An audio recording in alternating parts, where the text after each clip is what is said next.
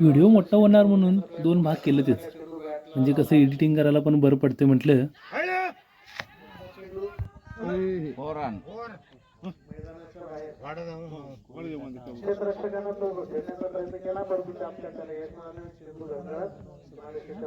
मग म्हटलं ह्यांना पण जरा घेऊया व्हिडिओ मध्ये.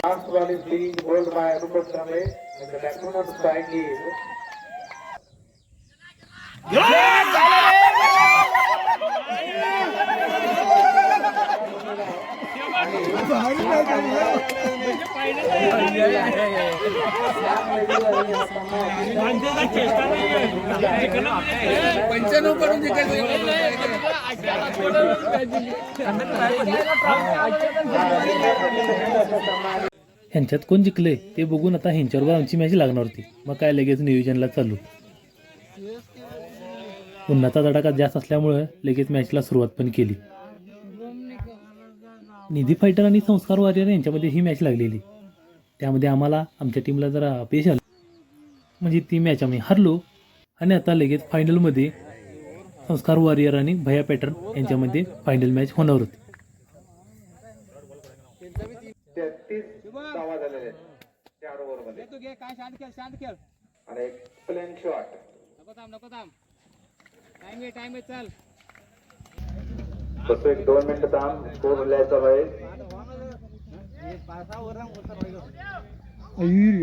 कट मारण्याचा प्रयत्न तुषार देसाई द्वारा.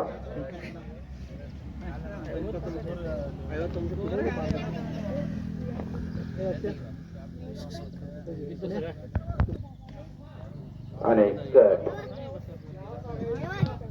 ऑफसाइडला गेला पाहिजे होता. ते डिफेन्सिव्ह माइंडसेट झाला आता.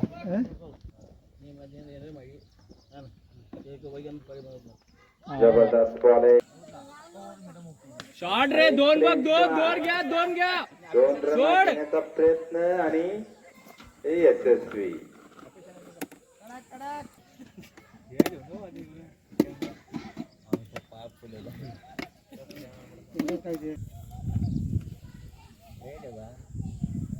मार घे मारण्याचा प्रयत्न आणि हा फिक्स आहे.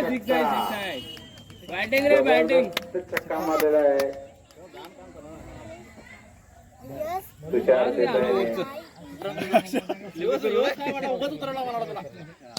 जबरदस्त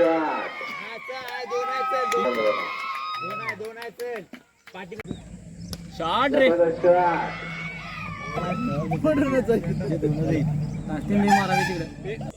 शॉट रे. एक नंबर. बॅटिंग मला जायला लागत. ए नको रे. शॉट आणि प्राप्त केलेले आहे या वर्षीचे PPL विजेते भैया पॅटर्न यांचा जबरदस्त अशी रणनीती करून आजची फायनल मॅच भैया पॅटर्नने जिंकलेली आहे.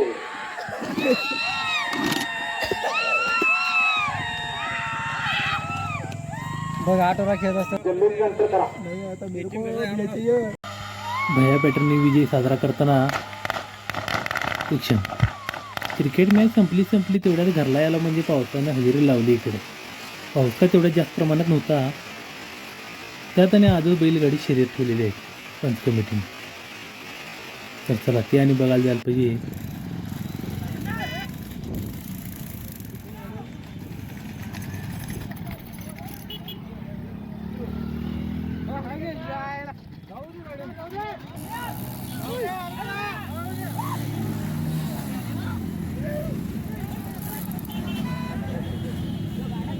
मधल्या पट्ट्याला बसल्यामुळं कुणाचा नंबर आला काय आणि कुणाचा नंबर नाही आला काही कळालं नाही. फक्त बघायचं म्हणून बघितलं बसलोय. मग मधल्या पट्ट्याला बसायचं तरी कारण हेच की पावसाचं वातावरण अजून पण होतं. कधी पाऊस येईल आणि सांगता येत नव्हतं. त्यामुळे जर आपलं घराजवळ थांबलेलं बरं म्हटलं.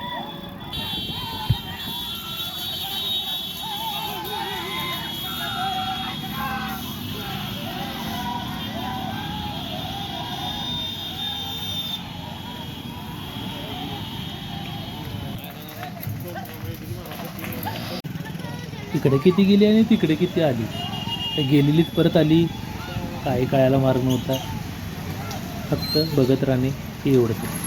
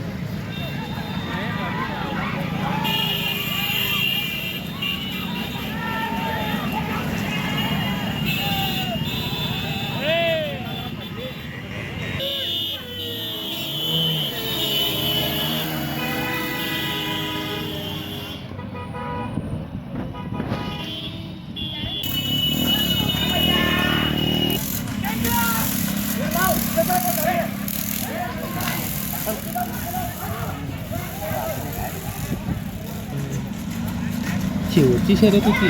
शेवटचा बैल एक येताना अचानकच बसला. काय झालं काय कळलं नाही, पण तो शर्यत सुद्धा परत भेटलाच नाही. तेवढ्या तिकडे सूर्यदेव नजरेआड होत होते.